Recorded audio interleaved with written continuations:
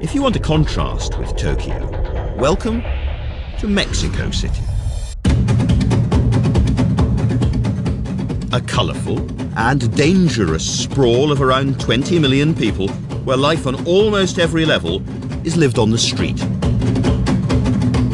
The thing about seeing Mexico City like this, floating just a few hundred yards, or 20 or 30 yards above it, is that it just goes on forever without form or shape. So it's like an incrustation or an invasion on the land below. But the only places that are untouched are where the slopes are so steep that the builders simply can't get there. If Mexico City's 2.5-hour commute in choking car fumes doesn't kill you, then the spiralling crime rate might. Let's make no bones about this, this is a dangerous place. There are 3 murders in the city every week and an estimated 500 kidnaps a month in the country. When you take to the air, you can see a yawning social divide. It's much more unequal than Tokyo. Here are penthouse suites closed off behind razor wire on one hillside and vast barrios of slum housing clinging to another.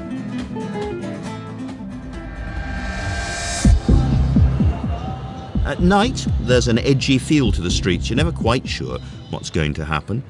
A lot of the city is controlled by gangs. But this is also an exuberant place. A city that's not being told what to do, and whose citizens live life to the full on the streets, amongst one another. Countless mariachi bands stroll the boulevards and squares playing songs for money. They're not here for the tourists. They're proud of their music for reasons that seem to my ears a little bit obscure.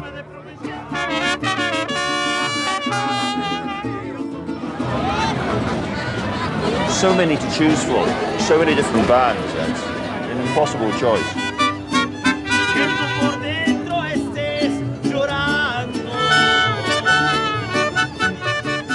I certainly didn't find this kind of mood on the streets of Tokyo or Shanghai. In Mexico City's communal street culture, food and friendship go hand in hand. There's around 25,000 tacos stands and cafes where people meet and socialise over breakfast, tacos, lunch, tacos and supper, tacos. Have you ever eaten grasshoppers? Grasshoppers? No, I've not eaten grasshoppers. Are you going to offer me a grasshopper? How would you like me to cook some grasshoppers for you? All right, here we go. Is this them? That's not them. Oh, they're tiny. Do you get the same people every day coming there are lots of regular customers here, but there are always new faces. You come to tacos to eat, Yeah. but you can make also friends, like we know. Yeah. People talk politics, or do they talk religion? Talk about politics and how they are angry with our government. Yeah. Maybe. You're angry with the government? Yeah, normally. So It's the same the world over, I'd say. We read all this stuff about how Mexico's really kind of, violent and there's all these problems and Yes, so on. yes. Is that not really true? Unfortunately, we only get to see a part of the whole thing, But I think we have to define Mexicans. We're all friendly and we're all nice people, Yeah. Grasshopper tortilla coming up. There you are. Gracias. All right, here we go.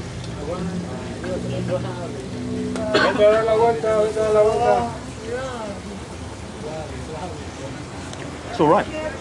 Very nice, actually. Is it hot? Is it hot? It's hot. It's garlicky. Bit crunchy. And it doesn't taste like anything else, does it?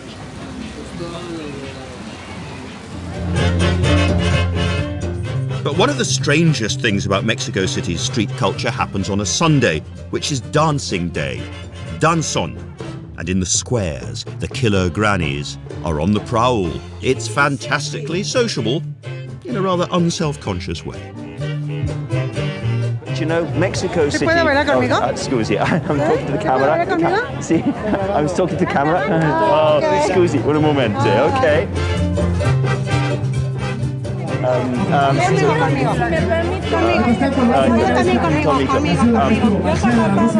I've got too many friends. Okay, and then okay, and then excuse me. I mean, I'm perdoni.